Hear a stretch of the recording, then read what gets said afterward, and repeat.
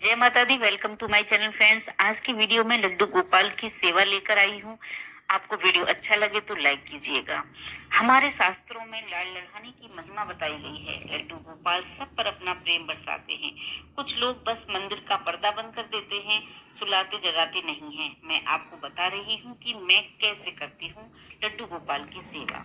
हमारे भाव का नाम ही भगवान है और भगवान को ताम झाम कभी नहीं चाहिए।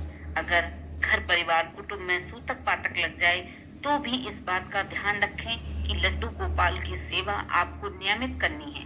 लड्डू गोपाल जी की सेवा एक छोटे बच्चे की तरह की जाती है। जैसे एक माँ अपने छोटे बच्चे को सुबह जगाने से रात को सोने तक की देखभाल करती है, लड्डू गोपाल भाव के भूखे हैं। तो मैंने लड्डू गोपाल को सुबह जगाती हूँ, एक गिलास गुनगुना पानी देती हूँ और बहुत प्रेम से जगाती हूँ। हे मेरे केशव, मेरे माधव, मेरे अनंत हरि तीनों लोकों के स्वामी, आपके चरणों में मेरा नमन। बांके बिहारी नंदलाल दीनानाथ को मेरा प्रणाम। सुबह पहले गुनगुना पानी दें और फिर उनको अधोटा दूध दें, यानी कि काफी ज्यादा देर तक उबाला हुआ दूध, उसका मैं भोग लगाती हूँ। उसके बाद मैं स्नान कराती हूँ। स्नान कराने के लिए थोड़ा गुनगुना पानी लेते हैं मौसम के हिसाब से। जैसे सर्दी है तो थोड़ा गुनगुना पानी, उसमें गंगा जल और तुलसी दल डालकर स्नान कराती हूँ। ये पात्र सिर्फ कान्हा जी के स्नान का है। अगर फूल होते हैं तो थोड़े से गुलाब या जो भी फूल होते हैं वो डाल ले, नहीं तो तुलसी दल बहुत जरूरी है। और फिर जब हम भगवान को स्नान कराते हैं तो इस जल को मैं स्वयं पी लेती हूँ, क्योंकि मैं केसर का ही टीका लगाती हूँ। स्नान कराने के बाद रोज स्नान कराना चाहिए, जैसा भी मौसम होता है उसी जल से। उसके बाद इत्र की मालिश। इत्र की मालिश आप दोनों टाइम भी दे सकते हैं, रात को सुलाते समय भी दे सकते हैं, नहीं तो स्नान के बाद आप इत्र की मालिश जरूर दें। लड्डू गोपाल को स्नान के बाद इत्र की मालिश बहुत पसंद है। उसके बाद में फिर वस्त्र, जैसा मौसम होता है वैसे ही हमें लड्डू गोपाल को वस्त्र पहनाने होते हैं। सर्दी का मौसम है तो गर्म पहनाएं, हल्की गर्मी है तो थोड़े सिंथेटिक पहना दें, ज्यादा गर्मी है तो सूती वस्त्र पहनाने चाहिए। मैं इस तरह से एक लंगोट पहनाती हूँ कंधों से लेकर नीचे तक। उसके बाद ये सर्दी का मौसम है तो गर्म पजामी पहनाई है।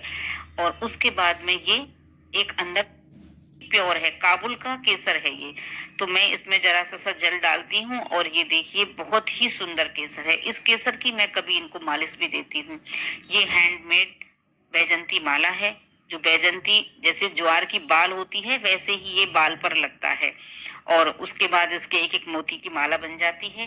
ये तुलसी माला भी हैंडमेड है और उस तुलसी माला में इसलिए रखती हूँ क्योंकि इससे अगर हमारे पास तुलसी दल नहीं होता है कभी और हम भोग लगाते हैं तो प्रभु के पास तुलसी दल, तुलसी की लकड़ी, तुलसी के पत्ते, कुछ भी तुलसी माला हो तो प्रभु जो हमारा भोग होता है उसको बहुत खुशी से मतलब लेते हैं। और श्रृंगार देने के बाद हमें भगवान को दर्पण जरूर दिखाना चाहिए। ये देखिए नजर न लग जाए, बहुत सुंदर लग रहे हैं कन्हैया। मैं कभी कभी शंख से भी स्नान कराती हूँ और जब हम घर से बाहर जाएं तब हम लड्डू गोपाल को अपनी चाबी देकर जाएं। तो मैं हमेशा अपने फ्लैट की चाबी लड्डू गोपाल के पास ही रखती हूँ, जिससे कि अगर मैं कभी घर से बाहर जाऊं तो इनके पास घर की चाबी रहे, अकेले ना रहें। तो घर की चाबी जरूर इनके पास रखें। मिश्री और तुलसी का भोग स्नान के बाद। अगर सूतक पातक हैं तो आपको दीपक नहीं जलाना है, आप बस स्नान कराएं और मिश्री तुलसी का भोग दे दें। ये आंवला है तो आंवले का मुरब्बा का मैं भोग लगा देती हूँ सुबह स्नान के बाद और दूध देती हूँ। उसके बाद जो भी मतलब मैं कुछ नाश्ता बनाकर रखती हूँ तो उसका भोग लगाती हूँ और उसी में तुलसी का दल दूध में भी है, मिश्री में भी, आंवले में भी। और ये गजक बनाई है, घर पर ही बनाई हुई गजक है तिल की गुड़ की, तो इसमें भी मैं तुलसी दल, जरूरी नहीं है आप अलग अलग सब में तुलसी दल डालें, आप एक जगह भी रख सकते हैं। और आपके पास अगर तुलसी माला है तो भी आपको ही देना चाहिए, आप मलाई चीनी भी दे सकते हैं। जो भी आप घर में खाना बनाएं, जैसे ये देसी खाना है, बिल्कुल बाजरे की रोटी है, सरसों का साग है, बथुआ का रायता है, तो ऐसा। और आप प्रेम से भगवान को प्रेम से भोजन कराएं, अपने हाथों से भोजन कराएं। ये भोजन प्रसाद बन जाता है। फिर आप इस भोजन को अपने घर में, अपने बच्चों में, परिवार के साथ प्रसाद रूप में इसको या तो सारे खाने में मिला दें या आप स्वयं खा सकते हैं।